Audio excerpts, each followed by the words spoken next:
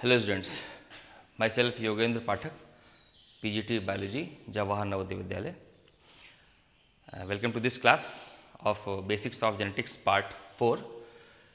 In this class we will go through the topic Mendel's Principles of Inheritance, and this part is in continuation with the part 3 which was based on the Mendel's work. So there are 4 principles on the basis of Mendel's work. 4 principles were enunciated.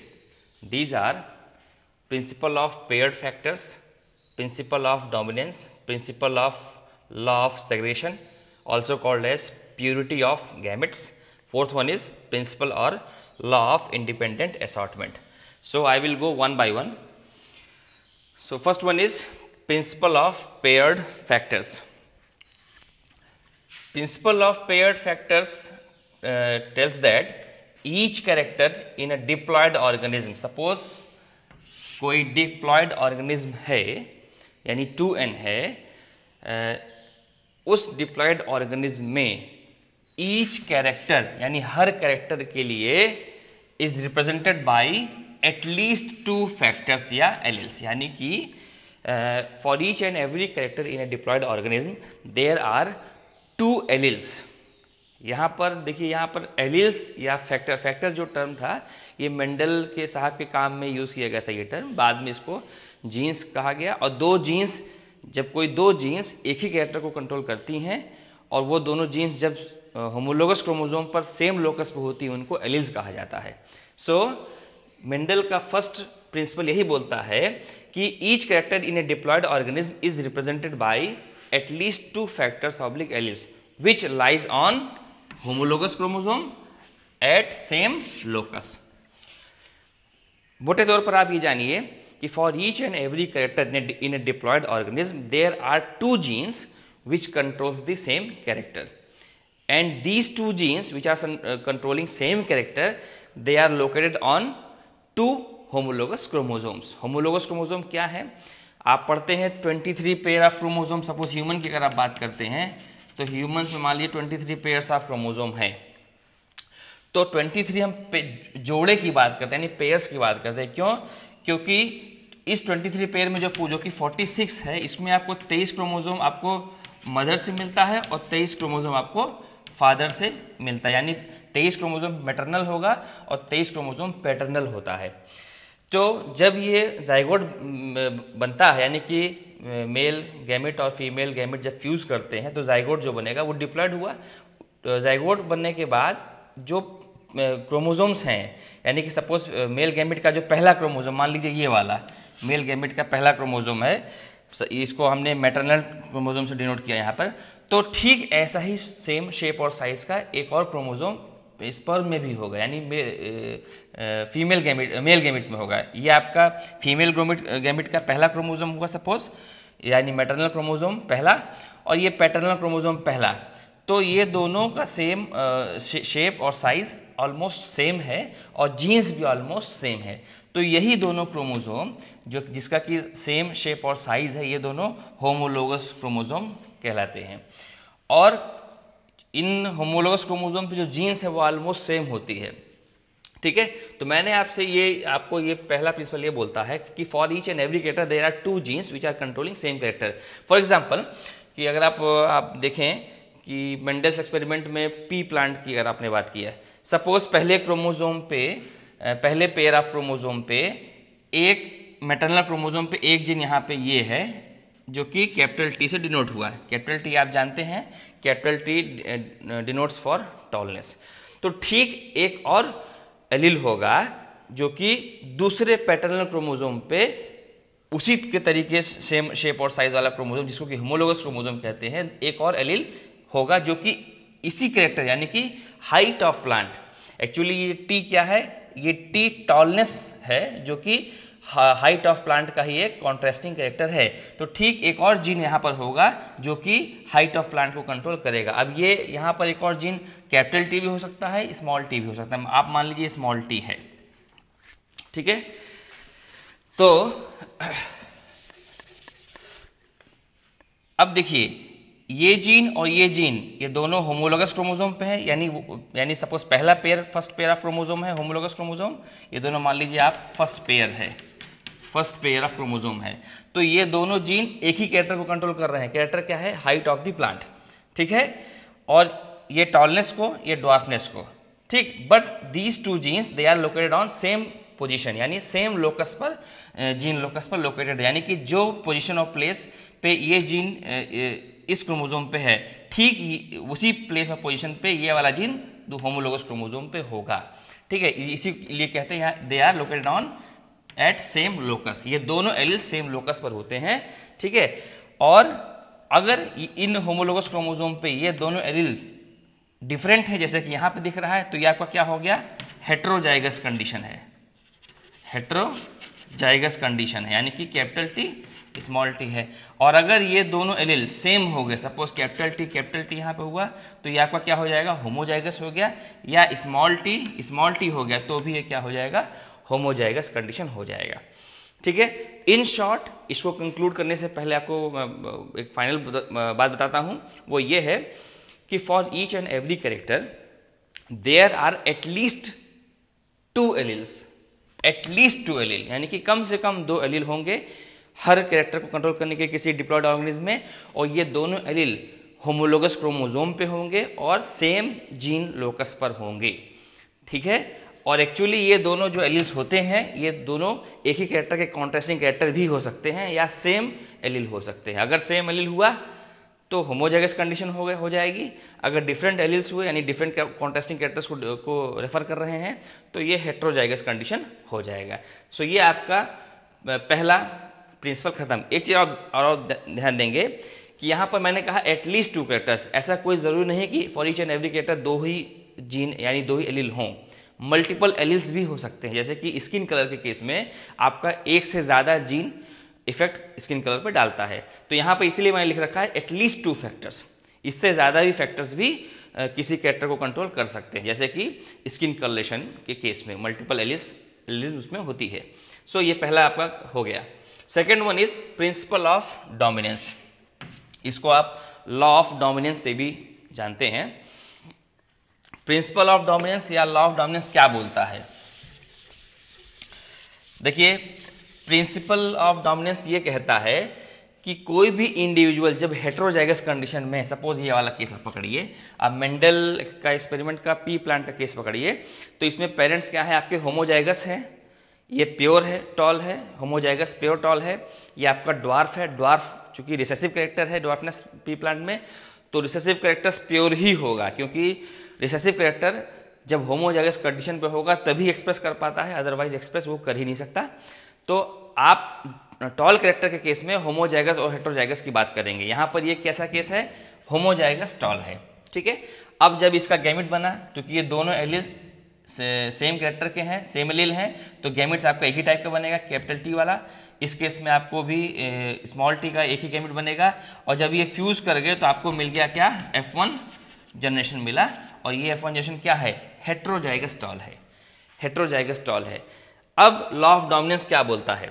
Law of dominance ये कहता है कि heterozygous condition में कोई भी individual जब किसी character के लिए हेट्रोजाइगस कंडीशन में होता है, उस केस में 2 जो डिफरेंट एलील्स हैं, जो कि एक ही कैरेक्टर के कॉन्ट्रास्टिंग कैरेक्टर्स होते हैं, इन दोनों एलील्स में से कोई एक एलील अपने को एक्सप्रेस करेगा, और जो करेगा वो डोमिनेंट कैरेक्टर होगा, और जो नहीं कर पाएगा वो रिसेसिव कैरेक्टर होगा। तो इस केस में कैपिटल टी अपने को रिप्रेजेंट करेगा, यानी टॉलनेस को वो रिप्रेजेंट कर रहा है, तो ये वाला कैरेक्टर क्या होगा आपका? डोमिनेंट हो गया। वाइल स्मॉल टी जो कि ड्वार्फनेस के लिए होता है, ये अपना कैरेक्टर को एक्सप्रेस नहीं कर पा रहा है, तो ये क्या हो गया आपका? रिसेसिव कैरेक्टर हो गया, ठीक है। ये आपको कौन प्रिंसिपल बोलता है? प्रिंसिपल ऑफ डोमिनेंस या लॉ ऑफ डोमिनेंस के नाम से भी आप जानते हैं। ये किसके लिए एप्लीकेबल है? हेट्रोजाइगस कंडीशन के लिए एप्लीकेबल है। होमोजाइगस कंडीशन में आपको चूंकि दोनों एलील सेम है, तो इस लॉ ऑफ डोमिनेंस का कोई मतलब नहीं है। ये कब एप्लीकेबल होगा? जब इंडिविजुअल की हम जिसकी आप बात कर रहे हैं वो हेट्रोजाइगस कंडीशन में हो, यानी एक ही कैरेक्टर के 2 डिफरेंट एलील्स मौजूद हों, उन दोनों में से सिर्फ एक ही अपने को एक्सप्रेस करेगा, और जो करेगा वो डोमिनेंट होगा, जो नहीं कर पाएगा वो रिसेसिव कैरेक्टर होगा। ओके।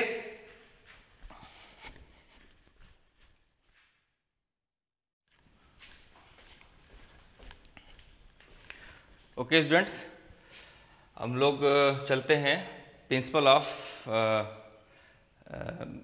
इनहेरिटेंस के थर्ड प्रिंसिपल पर, जो कि प्रिंसिपल और लॉ ऑफ सेग्रीगेशन कहलाता है या प्यूरिटी ऑफ गैमेट्स कहलाता है। इसको मेंडल्स फर्स्ट लॉ के नाम से भी जानते हैं, आप बुक्स में पढ़ेंगे तो मेंडल्स फर्स्ट लॉ को लॉ ऑफ सेग्रीगेशन भी कहा जाता है। ठीक है, ये क्या बोलता है कि टू एलील्स ऑफ हाइब्रिड्स या हेट्रोजाइगोट्स, यहां पर समझिए हाइब्रिड्स और हेट्रोजाइगोट्स, इसका मतलब क्या हुआ कि जो इंडिविजुअल किसी कैरेक्टर के लिए हेट्रोजाइगस कंडीशन में है, यानी कि दोनों एलील डिफरेंट हों, दो remain together for a long time but do not contaminate और mix with each other, separate और segregate at the time of gametogenesis into different gametes. मतलब ये हुआ कि सपोज ये आप मेंडल का एक्सपेरिमेंट, पीएनपी एक्सपेरिमेंट का ये देखेंगे तो यहाँ पर पेरेंट्स इन्होंने क्या लिया था, प्योरटॉल लिया, ड्वार्फ से क्रॉस कराया, गैमेट्स आपका सेम बनेगा। F1 जनरेशन आपको क्या मिला, हेट्रोजाइगस मिला। F1 जनरेशन यहाँ पर आपको हेट्रोजाइगस मिला, यहीं से आप इस प्रिंसिपल को समझ लीजिए।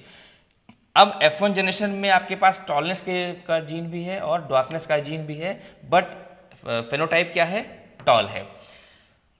अब ये F1 जनरेशन भले ही टॉल है लेकिन इसके पास ड्वार्फनेस का जीन भी मौजूद है, भले ही वो एक्सप्रेस ना हो रहा हो। लेकिन आगे चलकर जब आप इस F1 जनरेशन की सेल्फिंग कराते हैं, यानी कि इस F1 जनरेशन को जब पेरेंट्स के रूप में लेते हैं और क्रॉस कराते हैं, तो आपको F2 जनरेशन में आपको फेनोटाइपिक रेशियो क्या आएगा, 3:1। फेनोटाइपिक रेशियो 3:1, यानी कि 4 प्लांट्स में से 3 प्लांट आपके क्या हैं, टॉल हैं, और एक क्या है, ड्वार्फ है।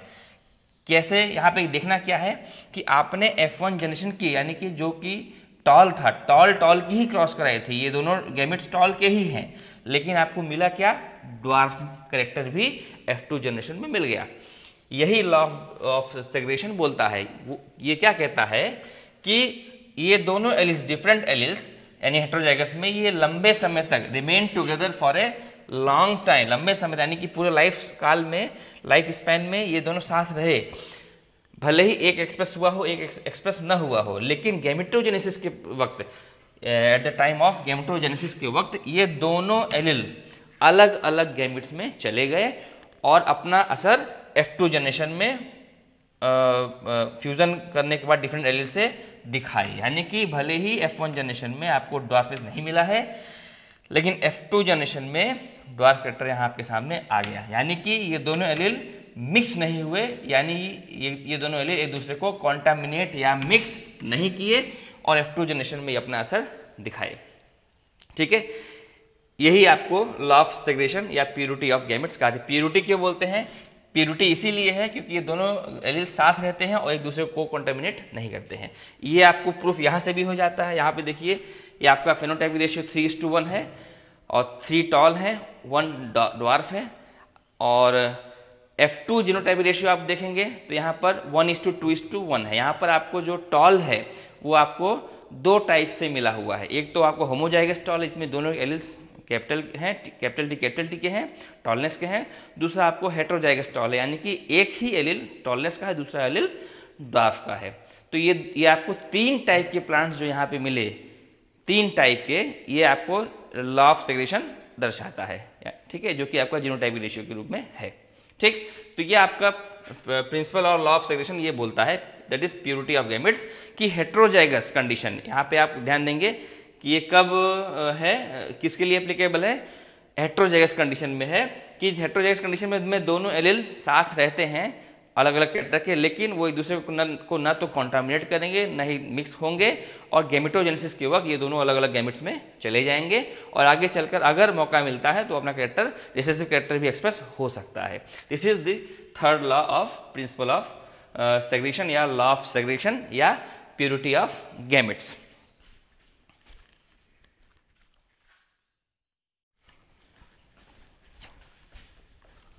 ओके स्टूडेंट्स, अब हम चलते हैं फोर्थ प्रिंसिपल पर, जो कि प्रिंसिपल और लॉ ऑफ इंडिपेंडेंट असॉर्टमेंट कहलाता है। इसको हम लोग सेकेंड लॉ ऑफ मेंडलिज्म यानी मेंडल सेकेंड लॉ के नाम से भी बुक में आपने देखा होगा या मिलेगा आपको। ये क्या बोलता है कि फैक्टर्स या alleles of each of the two characters, यहां पे ध्यान क्या देना है आपको, टू कैरेक्टर्स, यानी कि हम किसकी बात कर रहे हैं, डाई हाइब्रिड क्रॉस की बात कर रहे हैं। द फैक्टर और alleles of each of the two character assort independently of the others, ठीक है। इसकी एप्लीकेबिलिटी क्या है, डाई हाइब्रिड और मोर क्रॉस, यानी कि अगर आप फोर्थ लॉ की बात करते हैं यानी लॉ ऑफ इंडिपेंडेंट असॉर्टमेंट की बात करते हैं, तो पहले सबसे पहले आपके दिमाग में क्या आना चाहिए कि जो क्रॉस की आप बात कर रहे हैं वो कम से कम डाई हाइब्रिड हो, यानी कि डाई हाइब्रिड क्रॉस या उससे ज़्यादा के क्रॉस में ही ये लॉ देखा जाना है, क्योंकि हम यहाँ पर मिनिमम टू कैरेक्टर्स की बात करते हैं या उससे ज़्यादा। जैसे कि इस केस में एग्जाम्पल में यहाँ लिखा हुआ है आपने कि यहाँ पे आपने एक पेरेंट चूज किया है जिसमें कि दो कैरेक्टर एक साथ आपने लिया हुआ है। अभी तक आपने देखा था मोनो हाइब्रिड क्रॉस का केस था, अब आपके पास क्या है, डाई हाइब्रिड। यहाँ चूंकि टू कैरेक्टर्स की आप बात कर रहे हैं, इसका मतलब कि डाई हाइब्रिड क्रॉस, यानी कि दो कैरेक्टर्स कम से कम साथ लेंगे। तो यहाँ पे दो कैरेक्टर क्या है, एक पी प्लांट है जिसका कि सीड कलर क्या है, येलो, और सीड शेप क्या है, राउंड। बेसिकली हम यहाँ पे जो दो कैरेक्टर ले रहे हैं वो कैरेक्टर क्या है, सीड कलर, और दूसरा कैरेक्टर क्या है, सीड शेप, ठीक है। यहाँ पे देखिए ये आपका पहला कैरेक्टर सीड कलर, दूसरा character seed shape. Seed colour का डोमिनेंट कौन सा होता है, येलो डोमिनेंट होता है, और रिसेसिव कौन सा होता है, ग्रीन। सीड शेप में डोमिनेंट कौन सा होगा, राउंड, और रिसेसिव रिंकल्ड। तो चूंकि आपने यहाँ एक ही पेरेंट में दो कैरेक्टर्स को ले लिया है, तो ये आपका कैसा क्रॉस हो गया, डाई हाइब्रिड क्रॉस हो गया। आपको मैं फिर बता रहा हूं कि फोर्थ लॉ की applicability minimum dihybrid cross से शुरू होगी, ठीक है। Dihybrid cross, trihybrid cross, अगर तीन कैरेक्टर ले रहे हैं tetrahybrid cross, like this. तो यहां पर आपने देखा कि एक पेरेंट में आपने दो कैरेक्टर लिया, आपने एक प्लांट का प्योर लाइन लिया येलो और राउंड के लिए, यानी कि सीड शेप और सीड कलर के लिए आपने प्योर लाइन लिया। यहाँ पर सीड कलर आपका डोमिनेंट, येलो, दोनों एलिल्स आपके डोमिनेंट हैं, और यहाँ पर राउंड भी डोमिनेंट है, दोनों एलिल्स सेम है, यानी होमोजाइगस कंडीशन टॉल लिया, होमोजाइगस टॉल लिया, प्योर टॉल लिया। आपको जो F1 जनरेशन मिला वो आपको राउंड और येलो मिला, ठीक, राउंड और येलो मिला, यानी कि डोमिनेंट कैरेक्टर आपको दिख गया। लेकिन जब आप इसकी सेल्फिंग कराते हैं, ठीक है, जब आप इसकी सेल्फिंग कराते हैं तो आपने यहाँ पे देखा आपको जो फेनोटाइपिक रेशियो मिलता है F2 जनरेशन में वो 9:3:3:1 मिलता है। यानी कि इसको आप ध्यान से देखेंगे तो यहीं पे आपको सारा खेल समझ में आ जाएगा कि पेरेंट्स जो आपने लिया था उसमें दो तरह के पेरेंट थे। एक पेरेंट का जो सीड कलर था वो राउंड था और सीड कलर येलो था और सीड शेप राउंड था। दूसरे पेरेंट का जो सीड कलर था वो ग्रीन था और सीड शेप रिंकल था। तो यहाँ पे आप देखिए येलो राउंड और ग्रीन रिंकल क्या F2 में बना है, यस बना है। येलो राउंड ये रहा और ग्रीन रिंकल ये रहा। लेकिन इसके अलावा आपने यहाँ पे दो ही कैरेक्टर तो लिया था, लेकिन इसके अलावा यहाँ पे आपको दो और टाइप का प्लांट्स मिल जा रहा है। या कौन कौन सा, yellow wrinkled and green round. Yellow wrinkled देखिए, येलो यहाँ पर है और रिंकल्ड इसमें है, यानी कि येलो आपका एक प्लांट से एक पेरेंट के कैरेक्टर और दूसरे पेरेंट का रिंकल कैरेक्टर आपस में एक साथ आ गया है, ठीक है। यही चीज आपको बता रहा है, ये कहता है फोर्थ लॉ यानी लॉ ऑफ इंडिपेंडेंट असॉर्टमेंट कि जब दो कैरेक्टर या दो से अधिक कैरेक्टर को आप एक साथ लेते हैं किसी क्रॉस में, तो किसी एक कैरेक्टर का दूसरे कैरेक्टर पर कोई प्रभाव या कोई बंधन नहीं होता है, यानी बिना किसी इफेक्ट के, यानी एक कैरेक्टर का दूसरे कैरेक्टर पर कोई असर या इफेक्ट नहीं होता। किसमें, इंडिपेंडेंट असॉर्टमेंट में, यानी कि दूसरे कैरेक्टर का जो भी एलील है वो आराम से बिना किसी पहले कैरेक्टर के दबाव के गैमेट्स में चला जाएगा। यही आपको फोर्थ लॉ या law of independent assortment, independent का मतलब एकदम खुला, बिना किसी प्रेशर के, बिना किसी दबाव के, इंडिपेंडेंट आजाद है, यानी कि इसमें से ये वाला कैरेक्टर इस वाले कैरेक्टर पर इसका कोई दबाव नहीं है और इस कैरेक्टर पर इसका कोई दबाव नहीं है। गैमेटोजेनेसिस के वक्त इन सब के एलील अपने तरीके से डिफरेंट गैमेट्स में मूव कर जाएंगे। ऐसा कोई जरूरी नहीं कि ये दोनों कैरेक्टर एक साथ जाएंगे, बिल्कुल नहीं। यही वजह है कि आपको देखिए F2 जनरेशन में आपको दोनों प्लांट्स का एक एक कैरेक्टर एक साथ चला आया है। क्यों? क्योंकि जब ये इंडिपेंडेंट असॉर्टमेंट होगा तभी ये हो पाएगा, अदरवाइज होगा ही नहीं। तो ये जो आपका रेशियो है ये आपको क्या बताता है कि कोई भी डाइहाइब्रिड क्रॉस आप लेते हैं, ट्राइहाइब्रिड क्रॉस लेते हैं, तो उस डाइहाइब्रिड क्रॉस में दो कैरेक्टर जो आपने चूज किया हुआ है, उस दोनों कैरेक्टर का आपस में कोई दबाव या इफेक्ट नहीं होता eight the time of gametogenesis. उसके दोनों एलील इंडिपेंडेंटली असॉर्ट हो जाएंगे। ये चीज आपकी और प्रूव होती है कैसे, कि अगर आप इसमें इस डाइहाइब्रिड क्रॉस का F2 फेनोटाइपिक रेशियो आपके पास यहाँ लिखा हुआ है, अगर आप इसको खाली एक कैरेक्टर को लेते हैं, जैसे कि आपने यहाँ पे लिया मोनोहाइब्रिड के केस में, यहाँ पे आप एक कैरेक्टर को ले लिए, सीड कलर का रेशियो निकालिए। सीड कलर में क्या था, दो contrasting character, yellow is dominant over green. आप येलो देखिए कितना बना हुआ है, येलो आपके कितने हैं 9 यहाँ पर, और सेकंड में येलो 3, तो 9 + 3 = 12 आ गया आपका। और ग्रीन आपका कितना है, ग्रीन यहाँ पर 3 और यहाँ पर 1, 3 1 4, 4 ग्रीन, 12:4 रेशियो आया, 3:1। ये 3:1 रेशियो किसका था, मोनोहाइब्रिड क्रॉस का F2 जनरेशन का रेशियो था, ठीक है। उसके बाद आप आइए, इसी तरीके से आप सीड शेप की बात करेंगे। जब जो दूसरा कैरेक्टर था, सीड शेप में आपका दो कॉन्ट्रास्टिंग कैरेक्टर था, राउंड जो कि डोमिनेंट है और रिंकल्ड जो कि रिसेसिव था।